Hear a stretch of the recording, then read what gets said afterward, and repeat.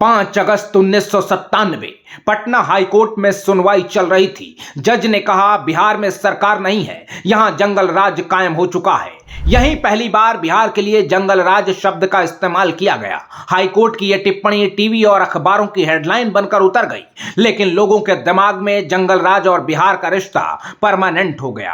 क्योंकि कहीं सुनी तो लोग भूल जाते हैं, लेकिन अपनी आंखों देखी नई पीढ़ियों को सुनाते हैं। नमस्ते, आप देख रहे हैं एबीसी भारत स्पेशल स्टोरी में। आज बात बिहार के जंगल राज की। इस वीडियो में आपको लालू राबड़ी शासन की सबसे खतरनाक घटना के बारे में बताएंगे, लेकिन उससे पहले जंगल राज का थोड़ा और इंट्रोडक्शन जान लीजिए। 90 के दशक में बिहार का हाल इतना बुरा था कि किडनैपिंग और रंगदारी सबसे बड़ा बिजनेस बन चुका था। डर के माहौल में उद्योग धंधे बंद हो चुके थे। एक दशक तक हर साल औसतन 3 से 4 हजार हत्याएं हुई। जातीय हिंसा चरम पर थी। नक्सली हमले हो रहे थे। ऐसे में संगठित रहकर लड़ने के लिए भूमिहारों ने रणवीर सेना बनाई। शहाबुद्दीन, सूरजभान, साधु यादव, रीतलाल यादव, पप्पू यादव के नाम से इलाके के लोग कांपते थे। नेताओं का नाम सुनकर लोग घरों में छिप जाते थे। बंदूक की नोक पर आईएएस आईपीएस अधिकारियों से ऑर्डर साइन करवाए जाते थे।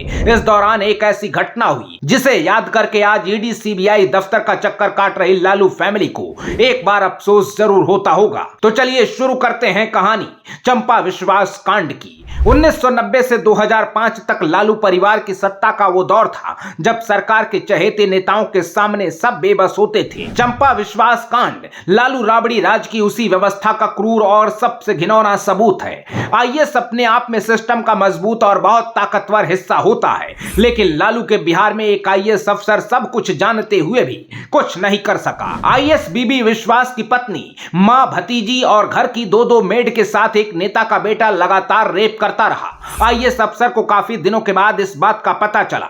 शिकायत दर्ज करवाने पर पुलिस ने फाइल दबा दी। आईएएस बीबी विश्वास ने बिहार के तत्कालीन राज्यपाल सुंदर सिंह भंडारी को चिट्ठी लिखी और न्याय दिलाने की मांग की। अफसर की शिकायत गवर्नर ने बिहार के गृह मंत्रालय को भेज दी। राज्यपाल ने गृह विभाग से कहा, आईएएस ऑफिसर की पत्नी का केस बहुत गंभीर है, इन आरोपों की गहन जांच कराई जाए। दरअसल 18 जुलाई 1990 को 1982 बैच के आईएएस अधिकारी बीबी विश्वास ने चंपा विश्वास से शादी की थी। 2 नवंबर 1995 को वो पटना के बेली रोड पर शिफ्ट हुए। बीबी विश्वास समाज कल्याण विकास विभाग में सचिव थे। इसी दौरान आरजेडी विधायक और ताकतवर नेता हेमलता यादव बिहार समाज कल्याण बोर्ड की अध्यक्ष बनी। हेमलता यादव और बीबी विश्वास को आसपास में ही सरकारी आवास अलॉट हुए थे। रसूखदार नेता हेमलता यादव का 27 साल का बेटा डीयू में हिंदू कॉलेज का छात्र था। हेमलता के बेटे की नजर आईएएस अफसर की पत्नी पर पड़ गई, जिसके बाद वो चंपा के पीछे पड़ गया। 7 सितंबर 1995 को आईएएस की पत्नी चंपा को हेमलता यादव ने अचानक फोन किया। हेमलता ने कहा, नौकर की हालत खराब है, घर पर आ जाओ, काम में थोड़ा हेल्प कर देना। विधायक साहिबा का दबदबा ऐसा था कि चंपा विश्वास एक फोन पर हेमलता के घर पहुंच गईं। पुलिस में दी गई शिकायत के मुताबिक चंपा जैसे ही पहुंची तो हेमलता ने अपने घर के एक कमरे में ले जाकर बाहर से दरवाजा बंद कर दिया। कमरे के अंदर हेमलता के बेटे मृत्युंजय ने चंपा का रेप किया। बाहर बैठी हेमलता और आरजेडी नेता हंसी मजाक करते रहे। इस घटना के बाद बदहवास चंपा विश्वास को हेमलता ने धमकी दी कि इसकी किसी को खबर लगी तो मैं पूरे परिवार को खत्म करवा दूंगी। इस बात से चंपा सहम गई और मृत्युंजय ने इसे मौका समझ लिया। हेमलता का बेटा किसी भी वक्त चंपा के घर पहुंचता था और उनकी भतीजी को भी अपना शिकार बनाता था। मृत्युंजय ने आईएएस के घर काम करने वाली 2 नौकरानी को भी नहीं छोड़ा और सबको जान से मारने की धमकी देता था। बिहार के माहौल और पूरे परिवार के खात्मे के डर से सब चुप रहते थे। मृत्युंजय उतना ही निडर होता जा रहा था।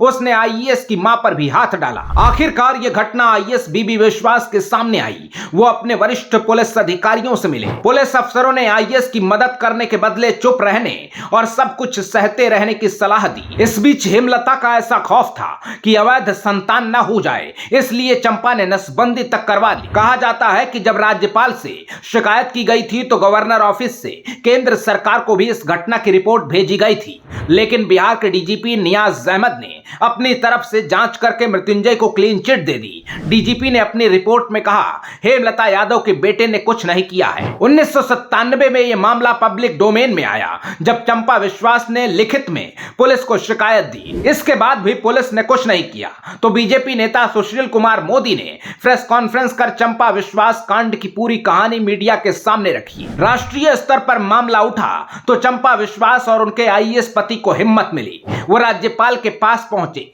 गवर्नर की दखल के बाद 1997 में मृत्युंजय गिरफ्तार हुआ। हेमलता यादव फरार हो गई।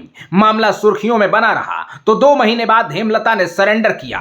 3 साल जेल में रहने के बाद मां बेटे को जमानत मिल गई। पटना की लोकल कोर्ट ने मृत्युंजय को 10 साल और हेमलता को 3 साल की सजा सुनाई। हेमलता पहले ही 3 साल जेल काट चुकी थी, इसलिए दोबारा जेल जाने की जरूरत नहीं पड़ी। मृत्युंजय ने पटना हाई कोर्ट में सजा के खिलाफ अपील की। चंपा विश्वास के मुताबिक हेमलता ने अदालत में भी अपने प्रभाव का इस्तेमाल किया। पटना हाई कोर्ट ने लोअर कोर्ट के फैसले को पलट दिया। जज ने कहा, 2 साल तक रेप होने पर आईएएस की पत्नी चुप क्यों रही? चंपा विश्वास ने गर्भपात क्यों कराया? नसबंदी क्यों करवाई? और विश्वास दंपति की एक दलील नहीं सुनी गई। मृत्युंजय के वकील ने साबित कर दिया कि आईएएस की पत्नी का प्रेम संबंध था और वो शादी के लिए अड़ गई थी। इस बीच आईएएस बीबी विश्वास पर भ्रष्टाचार का केस दर्ज करवा दिया गया और कोर्ट में कहा गया कि चंपा अपने पति को भर्ती घोटाले में बचाने के लिए ही हेमलता यादव के परिवार को फंसा रही है। सरकारी संरक्षण और हेमलता के रसूख की वजह से किसी ने चंपा और बीबी विश्वास का साथ नहीं दिया। सुनवाई पूरी हो गई और नेता के परिवार को हाईकोर्ट ने सभी आरोपों से बरी कर दिया। इसके बाद चंपा और बीबी विश्वास दिल्ली आ गए। बिहार से अलग झारखंड नया राज्य बना तो बीबी विश्वास वहीं शिफ्ट हो गए। कुछ दिन बाद उनका निधन हो गया और अब चंपा विश्वास इस सबसे दूर कोलकाता में गुमनाम जिंदगी जी रही हैं। चंपा ने मानवाधिकार आयोग को लिखी चिट्ठी में बताया कि पुलिस ने कोर्ट में उनके बयान ही बदल दिए। हेमलता और मृत्युंजय ने इतना प्रताड़ित किया कि चंपा के परिवार को 20 बार घर बदलना पड़ा। रेप के बाद हर बार चंपा को फोटो सार्वजनिक करने और पूरे परिवार को खत्म करने की धमकी दी जाती थी। लेकिन हाईकोर्ट से अपने पक्ष में आए फैसले के बाद मृत्युंजय यादव ने दावा किया कि उन्हें बर्बाद करने के लिए एक केस गढ़ा गया। वो और उनकी मां पूरी तरह निर्दोष हैं। ये कोर्ट में साबित हो चुका है। मीडिया और अदालत की फाइल में ये चैप्टर क्लोज हो चुका है। लेकिन जब भी कहीं बिहार के जंगल राज की बात होती है तो चंपा विश्वास कांड का जिक्र जरूर होता है। हमारी सामाजिक व्यवस्था और सिस्टम को हिला देने वाली इस घटना पर आप क्या कहेंगे? कमेंट बॉक्स में जरूर बताइएगा। आते रहिए। जय हिंद।